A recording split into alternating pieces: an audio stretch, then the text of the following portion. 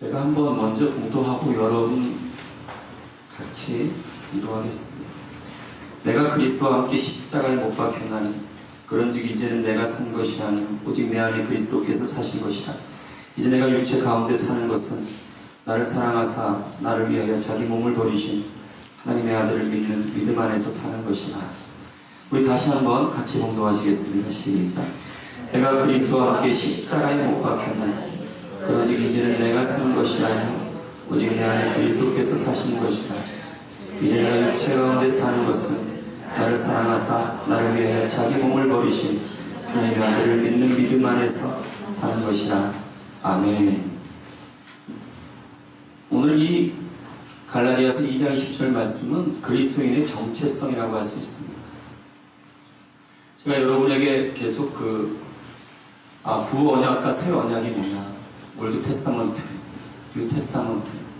우리가 일반적으로 알고 있듯이 구약은 올드 테스타먼트다, 신약은 뉴 테스타먼트다. 그것이 아니라고 말씀드렸죠. 그죠? 새 언약은 뭡니까? 예수님께서 우리 안에 거하신다. 성령을 통해서 이제는 우리 마음 안에 거하시고 의문이 아닌 우리 마음 가운데 새겨서, 예전에는 너희들이 율법으로 살았을지라도 너희들이 그 율법을 지키려고 노력을 했고 그 율법에 거치고 넘어졌을지라도 이제는 너희 안에 내가 거함으로 말미암아 그 영을 통해서 너희들이 내 율례를 지키게 하시겠다 하고 약속하신 것이 새 언약입니다. 그래서 그리스도인들은 자기 안에 예수님이 계신 것을 알아야 됩니다. 이것은 굉장히 중요한 사실입니다. 예수님께서 여러분과 제 안에 계심을 믿으시기 바랍니다. 우리 성경을 잠깐 찾아보겠습니다. 고린도후서로 가보세요. 13장 5절 함께 봉독하시죠. 시작. 너희가 믿음에 있는가 너희 자신을 시험하고 너희 자신을 확증하라. 예수 그리스도께서 너희 안에 계신 줄을 너희가 스스로 알지 못하느냐? 그렇지 않으면 너희가 뭐라고요? 여러분 안에 예수님이 계신 것을 알지 못하면 어떻게 된다고요? 버리운 자다 그랬어요. 여러분 안에 예수님이 계신 거 아십니까? 정말 아세요? 저는 많은 사람들이 이 말씀에 걸린다고 생각해요. 예수님이 자신 안에 있는 걸 모르고 있는 것 같아요.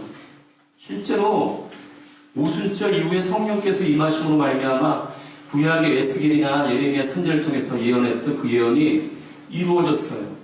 예수님 어디 계신다고요? 내 안에 계시는 겁니다. 24시간 우리와 늘 동행하고 있다는 얘기죠. 그것이 바로 그리스도인의 정체성입니다. 원래 기독교는 보이는 종교가 아닙니다. 왜? 성령님께서 눈에 보이는 분이 아닙니다. 우리 안에 계신 분이 눈에 보이는 것이 아니에요. 우리 종교인이 아니에요.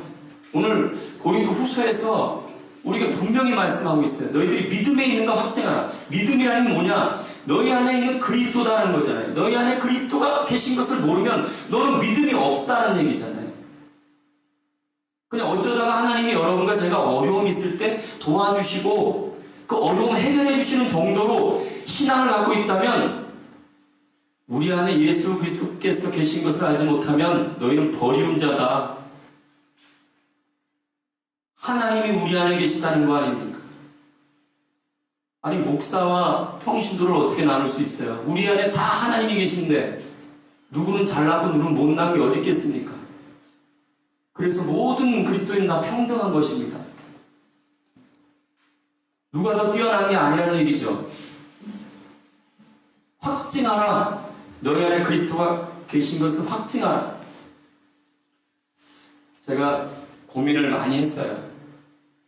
무슨 고민을 했냐면, 사실 말씀을 전한다는 게 그렇게 쉽지 않더라고요. 깨닫는 것을 전한다는 게 그렇게 쉬운 게 아니더라고요. 여러분이 항상 들어왔듯이, 교회 다니면서 들어왔듯이 이런 얘기 들었죠. 예수님의 보혈의 피가 나를 죄에서 깨끗게 한다. 들었었죠? 그죠? 예수님이 내 마음을 깨끗게 한다. 예수님이 오늘 이 시간에 내가 일주일 동안 하나님 앞에 범죄한 모든 걸 예수님의 피로 깨끗이 씻어주신다. 이렇게 우리는 알고 있죠. 그래요. 틀리지 않는데요. 여러분, 그 구원의 두 가지 우리가 좀 생각해야 될 게 이 피와 십자가라는 거예요. 우리는요, 이렇게 기도할 때가 많아요. 하나님, 일주일 동안 세상에 살다 보니까 몸이 연약해서 실수하고 넘어질 때가 많았습니다. 오늘도 예수님의 피로 씻어주세요. 근데 여러분, 그 기도하고 난 뒤에 어떤 마음이 들어요? 정말 이렇게 환타나 박하 사탕 먹듯이 희한하게 내 죄가 싹 씻어 내려가는 것 같이 느껴져요, 안 느껴져요? 제가 하나님 앞에 열심히 살려고 했지만 또 넘어졌어요. 하나님, 십자가의 피로 좀 씻어주세요. 그런데 마음은 별로 그거에 대한 감동이 안 오는 거예요. 왜? 성경에서 말하는 피에 대해서 정확히 내가 알지 못했다는 거예요. 여러분, 항상 믿음은요, 이 사실이라는 진리라는 것을 기반으로 하고 있어요. 그 다음에 우리가 보통 얘기하는 감정, 이런, 네? 믿음. 그 사실을 통하여 믿음이 생기는 거예요. 잘 좀 생각해 보세요. 사실은 과거예요, 미래예요? 미래는 사실 수 없어요. 어떤 사람은 신앙을 이렇게 생각하는 거예요. 아버지께서 내 문제를 해결해 줄 수 믿습니다. 그건 믿음이 아닙니다. 왠지 아십니까? 믿음은 사실에 입각해야 되는데 아버지께서 내 문제를 해결해 주시기를 믿습니다. 바랍니다. 해결해 주실 겁니다는 소망이에요. 여러분, 소망이라는 단어와 믿음을 헷갈리면 안 돼요. 믿음은 어떤 사실에 근거하고 있지 될 거라는 어떤 예측에 근거하지 않아요. 그 믿음하고 소망은 다른 거예요. 많은 사람들이 소망을 믿음으로 알고 있지만 저도 그랬었어요. 그러니까 예를 들어서 우리 집에 지금 하나님 빚이 있습니다. 정말 하나님 더 많은 일을 하고 싶은데 빚 좀 해결해 주세요. 그리고 하나님 하실 걸 믿습니다. 그건 소망이에요. 믿음이 아니에요. 그것도 믿음이라고 얘기할 수 있나? 왜냐하면 믿음은 사실과 굉장히 밀접한 관계가 있어요. 너희들이 내 이름으로 구하라. 그러면 받은 줄로 믿으라 그랬어요. 그건 소망 같지만 그건 좀 달라요. 무슨 얘기냐면 그거는 이미 받았다는 사실을 믿으라는 얘기예요. 그렇기 때문에 그것도 사실에 근거하고 있는 거예요. 믿음은 항상 사실에 근거하고 있고 진리에 근거가 있는데 그 진리는 미래에 일어날 일들이 아니라 이미 일어난 일들을 얘기하고 있는 거예요. 그래서 일어난 일들에 대한 것을 여러분에게 믿으라고 얘기하는 거예요. 그래서 성경은 믿으라고 굉장히 비슷한 단어 하나를 로마서에서 썼는데 그게 뭐냐면 그 단어가 혹시 아는 분? 거의 같다고 봐도 과언이 없는 언어가 하나 있어요. 여기라가 있어요. 여겨라. 그러니까 너희들은 죄에 대해서는 죽고 하나님에 대해서 산 줄로 여겨라. 무슨 말입니까? 과거에 있었던 사실을 이미 알고 있는 사실을 믿으라는 거죠. 그러니까 항상 과거에 있었던 사실과 관계 있는 거예요. 이 십자가의 피는요, 여러분과 제가 좀 이해를 하려면 이 6월절에 이 어린 양을 이스라엘 백성들이 잡았어요. 이 하나님께서 10번째 권능을 통해서 이스라엘 백성을 구원하기를 원했어요. 그래서 모세를 통해서 너희 이스라엘 백성들은 내가 너희들에게 갈 텐데 이 어린 양을 잡아서 그 피를 이 문방과 문설주에 문에다 바르는 게 아니고 문설주와 문방 위아래 발라라. 그러면 내가 넘어간다. 그 발라놓은 그 피를 보면 난 그 집을 넘어간다. 유언하겠다. 그 집은 내가 구원하겠다는 거죠. 그렇지만 어린 양의 피를 바르지 않는 집들은 들어간다는 거예요.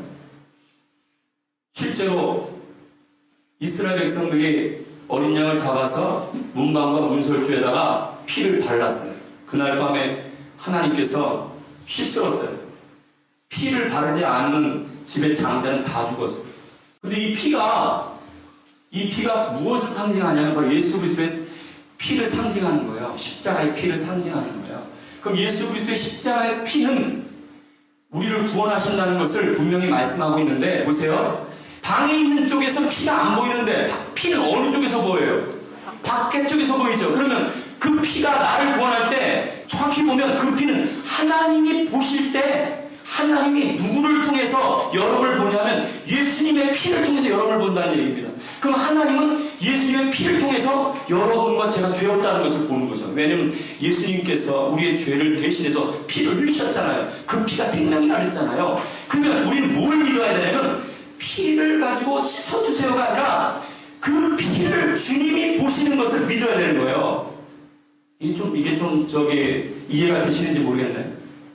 네? 여러분과 제가 잘나서 구원받는 게 아니라 예수 그리스도를 통하여 하나님이 우리를 본다는 얘기예요. 우리가 날마다 죄를 져도 하나님은 누구를 통해서 봐요? 예수님의 피를 통해서 우리를 본다는 얘기예요. 그러면 우리는 믿음이 어떤 식으로 돼야 되냐면 하나님께서 예수님의 피를 통해서 나를 본다. 그래서 내가 오늘 죄를 지었어도 하나님이 예수님의 피를 통해서 나를 구원하신다. 내 죄를 쓰신다. 이렇게 생각을 해요. 그런데 여러분, 우리의 죄만 씻어서는요, 우리를 구원할 수가 없어요. 자, 보세요. 신앙생활 하면서 이래요. 하나님께서 예수 그리스도의 피를 통해서 내 죄를 용서하신 것을 내가 믿습니다. 그래서 내가 이제 그리스도인이 됐어요. 그런데 여러분, 실제로 보면 그리스도 되고 난 뒤에 보니까 분명히 예수님께서 내 죄를 사해 주셨고 깨끗게 하셨는데도 내 안에 이상한 게 있다는 것을 깨닫게 돼요. 뭐가 있어요? 내 안에 죄를 짓게 하는 뭔가가 있다는 겁니다.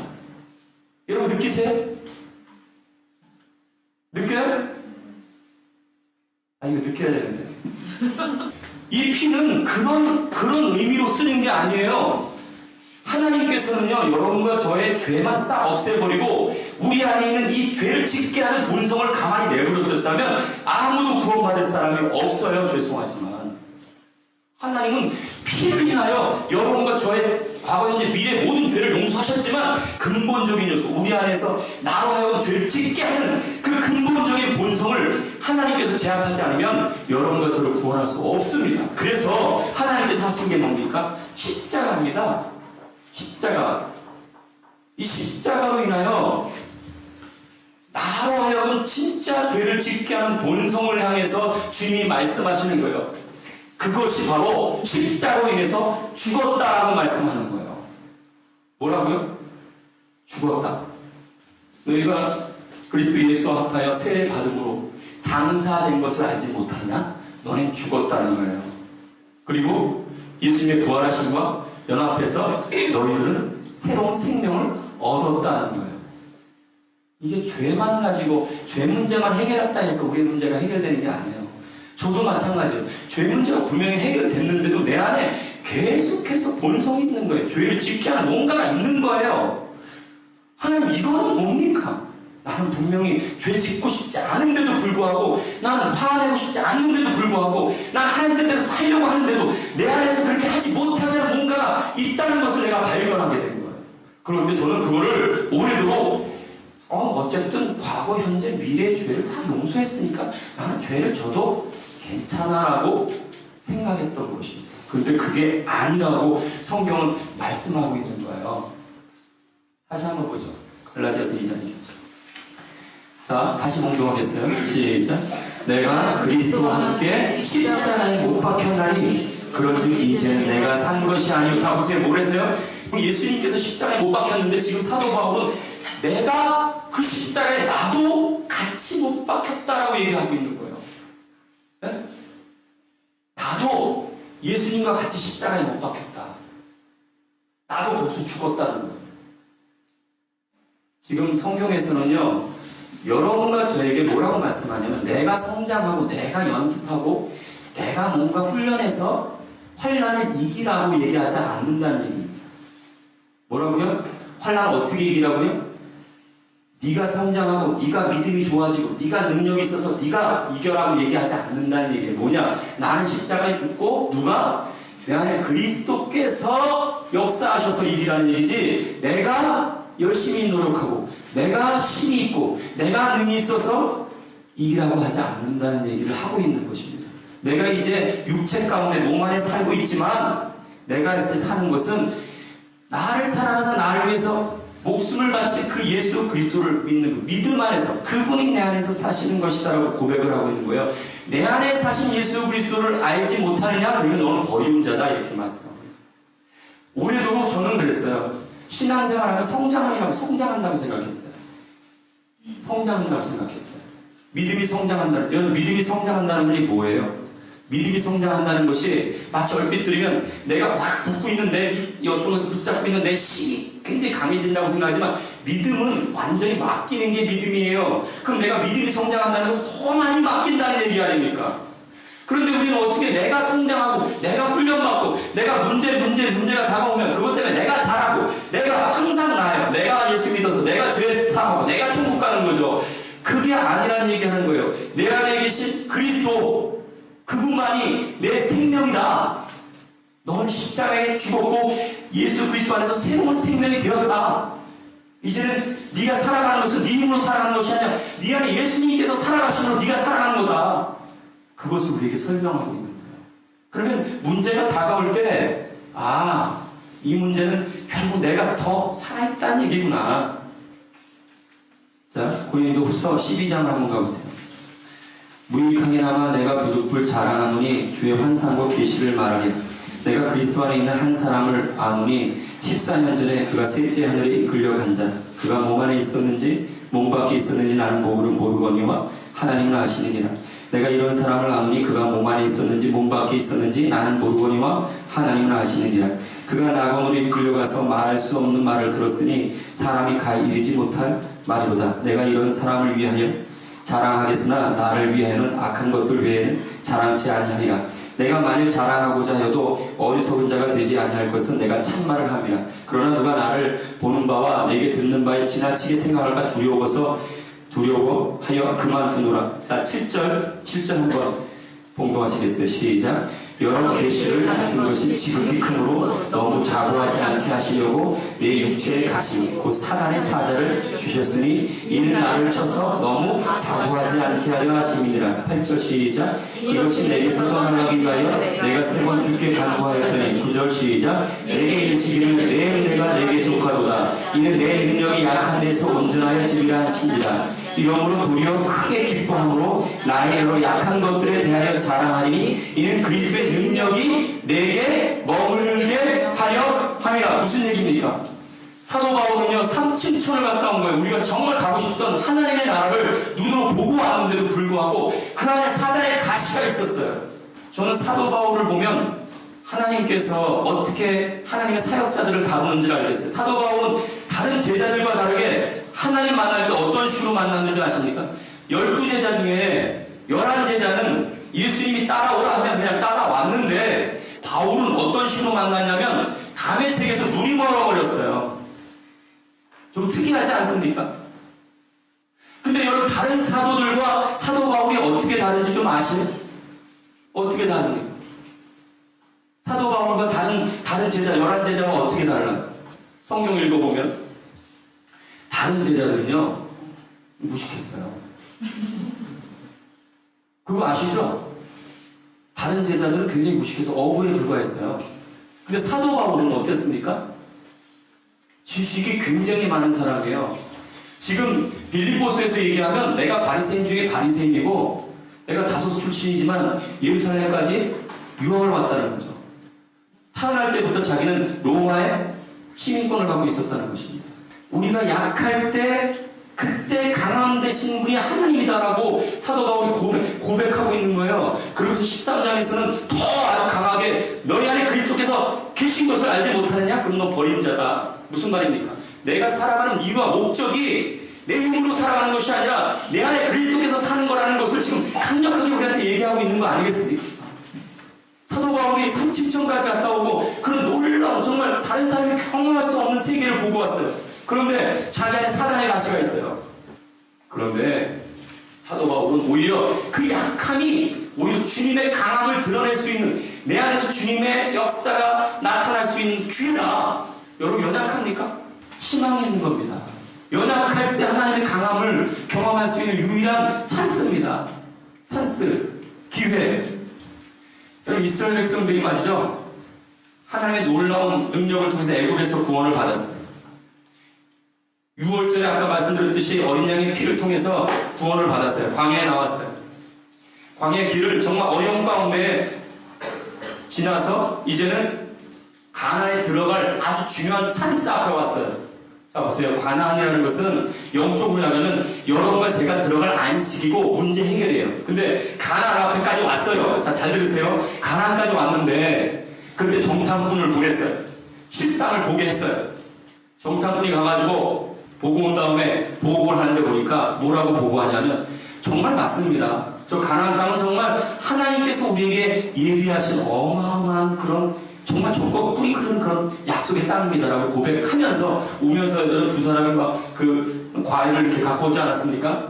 그런데 그 다음이 또 하는 사실이 뭐냐? 그런데 저들은 아낙 자손이고 등치들이 말도 못해요.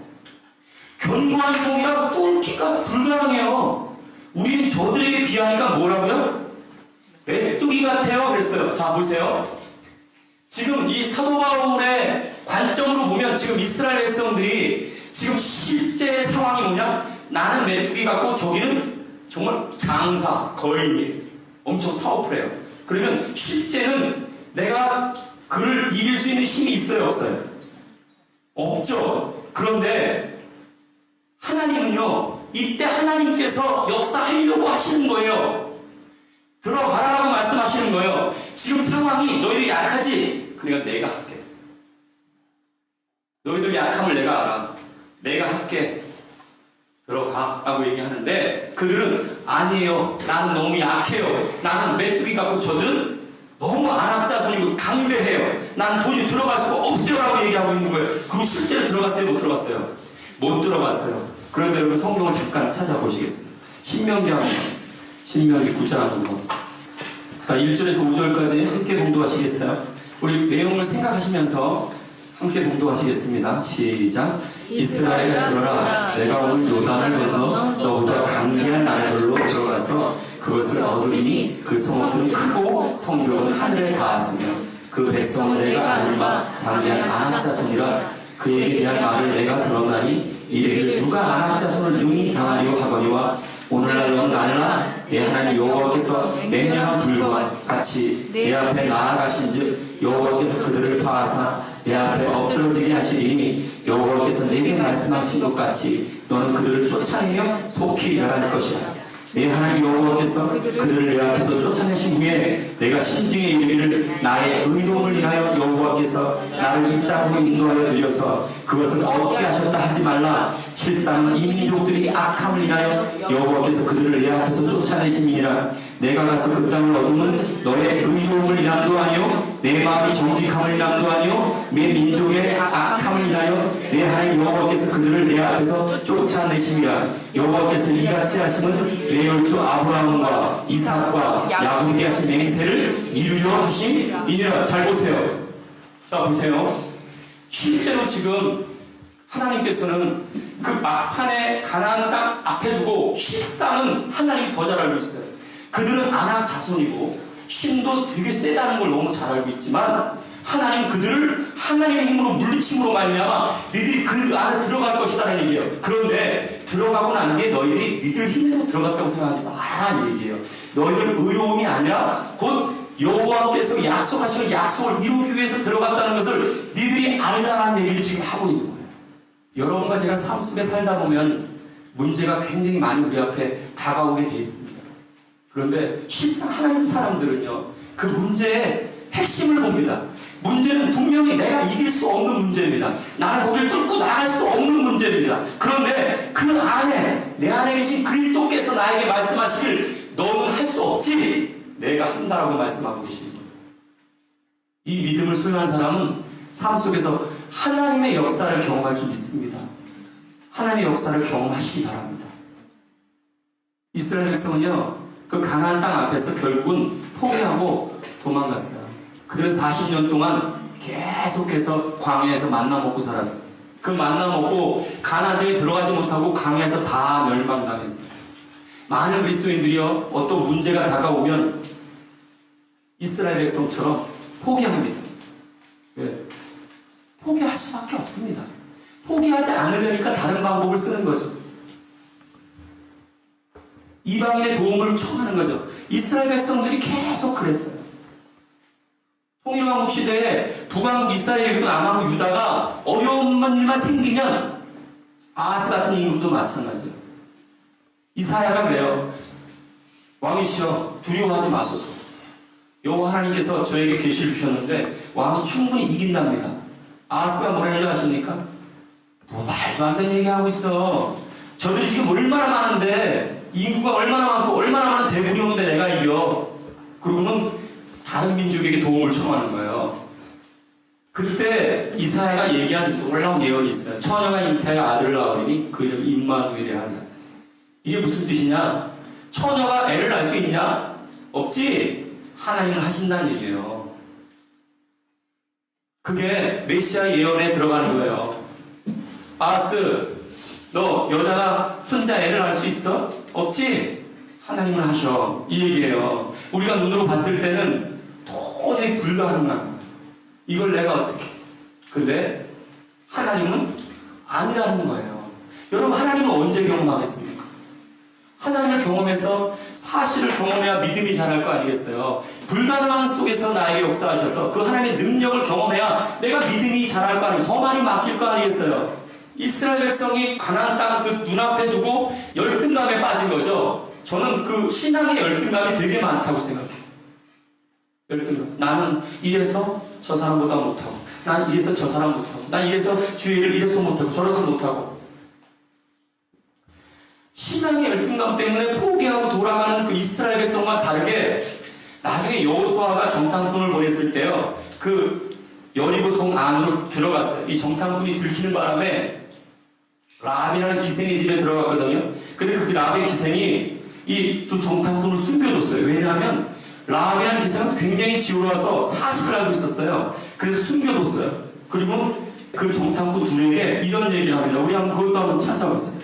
여호수아 2장 8절부터 11절까지 그 앞에서 두려워 떨고 있는 이스라엘 백성과 다르게 또 여리고 사람들은 어떻게 생각하고 있는지를 한번 우리 보겠습니다.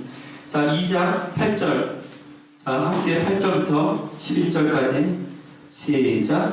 두 사람이 죽기 전에 라합이 지붕에 올라가서 그들에게 이르러 말하되 여호와께서 이 땅을 너희에게 주신 줄 내가 아노라. 우리가 너희를 심히 두려워하고 이 땅 백성이 다 너희 앞에 간담이 동나니 이는 너희가 애굽에서 나올 때에 여호와께서 너희 앞에서 홍해물을 마르게 하신 일과 너희가 요단 저편에 있는 아모리 사람의 두 왕 시온과 옥에게 한 일 곧 그들을 전멸시킨 일을 우리가 들었습니다. 우리가 듣자 곧 마음이 녹았고 너희의 연고로 사람이 정신이 일어나니 너희 하나님 여호와는 상천하시의 하나님이시니라. 참 이상하지 않습니까? 자, 보세요. 여리고 사람을, 그 가나안 땅 사람을 보면서 이스라엘 백성들은 두려워서 떨어서 오히려 후퇴하고 있는데 가나안 땅에 있는 사람은 오히려 하나님의 능력을 경험하고 있는 거예요. 사시나무 떨듯이 간담이 다 녹았다는 거예요. 그 얘기를 듣고 이스라엘 백성이 전진해서 들어가는 거예요. 그 정탐꾼이 그 얘기를 듣고 이스라엘 백성들에게 가서 뭐라고 얘기하냐면 하나님은 우리에게 줬다. 눈에 볼 때는 굉장히 강한 것 같아도 그들은 벌벌 떨고 있다. 우리가 저기 홍해를 건널 때부터 그들은 하나님을 두려워해서 정말 아무 의미 없다. 싸울 생각조차 없다. 그 얘기를 오히려 하고 있는 거예요. 문제 속에서 역사는 사단은 벌벌 떨고 있는데 우리는 그 사단이 만들어놓은 여러 가지를 보면서 우리가 떨고 있는 거예요. 내가 이걸 어떻게 해? 나는 못하지. 저는 이 사도 바울의 이 말씀, 내 안에 그리스도, 새 언약 가운데 우리에게 임하신 그리스도, 이제는 오직 믿음으로, 오직 주님으로, 환경에 상관없이 그분이 어떻게 일하시는가를 내가 두고 보리라. 그분만이 내 구원자이시고 그분만이 내 산성이시다. 그분의 역사함을 나중에 그분이 하실 시간에 그분이 하실 것이다. 그분이 나에게 뭐라고 말씀하시는가. 그분의 음성을 듣고 그의 말씀을 순종할 때 여러분과 제가 불가능하다고 생각했던 일들이 내 앞에서 깨뜨려지고 무너지고 해결될 줄 믿습니다. 그때 우리가 주님을 경험하게 되는 거 아니겠습니까? 야, 정말 그렇구나. 내가 볼 때는 너무 힘들고 어려운데 주님은 아무것도 아니구나. 오히려 나는 두려워 떨 때 마귀는 오히려 나를 보고 떨고 있구나. 이 사실을 내가 믿어야 거예요. 성경에서 우리에게 말하는 사실을 내가 믿어야 그 믿음을 속에서 하나님의 역사가 일어나는 거예요. 무엇을 믿습니까? 안 될 걸 그냥 막연하게 믿는 게 아니고 하나님께서 우리에게 이 말씀을 통해서 이렇게 하시잖아요. 너희들이 약하네? 너 할 수 없니? 병들었니? 걱정하지 마라. 그 약할 때 내 강함이 드러나는 것이다. 그럴 때 우리는 주님께 영광만 돌릴 수밖에 없어요. 자랑할 게 하나도 없기 때문에. 그렇잖아요. 주님밖에 사모할 자가 없잖아요. 왜? 분명히 나는 힘이 없고 연약했는데 주님이 그 문제를 간섭하셔서 주님의 능력으로 해결했으니까 주님만이 영광을 누구한테 간증하지 않아도 내가 간증하게 되는 거예요. 하나님만 바라보게 되는 거예요. 모세도 마찬가지예요. 모세가 이스라엘 백성 구원하려면 모세가 애굽의 왕자였을 때 구원했어야 될 거 아닙니까? 모세가 나름 이스라엘 백성들을 구원하려고 열심히 노력했지만 결국 광야로 도망가게 됐어요. 그 광야 40년, 여러분 성경에서 나오는 숫자들은 굉장히 중요합니다. 하나님의 시간입니다. 하나님의 시간. 이스라엘 백성들이 40년 동안 광야를 해놓은 것도 마찬가지고 예수님께서 40일 동안 세상에 계신 것도 마찬가지예요. 하나님의 시간을 보여주고 있는 거예요. 광야의 40년 동안 그 하나님의 시간 동안 모세는 낮아지고 낮아졌어요. 그때 주님이 모세를 만났어요. 그래서 모세를 통해서 하나님의 일을 하셨어요. 요셉은 어땠습니까? 요셉도 꿈을 엄청나게 꿨습니다. 별을 깨보니까 해와 달까지 자기한테 절하는 것을 봤고 볕단이 일어나가지고 자기 볕단한테 절하는 걸 봤어요. 자기가 분명히 하나님께 높임을 받는 것을 알았지만 그의 삶을 보면 형들에게 팔렸어요. 나름대로 보디발의 집에서 열심히 살았는데 또 모함을 받아가지고 더 나쁜 곳으로 갔어요. 거기는 나올 수 있는 길이 없는 곳이에요. 그 감옥에 들어갔을 때 요셉이 어떤 마음이 있겠어요? 황당했겠죠. 아니 하나님 분명히 나에게 꿈을 그렇게 보여주고는 내가 이게 뭡니까 도대체 하나님? 나를 어떻게 하시려고요? 하지만 그가 바닥을 쳤을 때 그 바닥 속에서 하나님은 그를 만나셨어요. 그가 바로 하나님 앞에 쓰임받을 수 있는 가장 지른 길이 바로 그곳이었단 말입니다.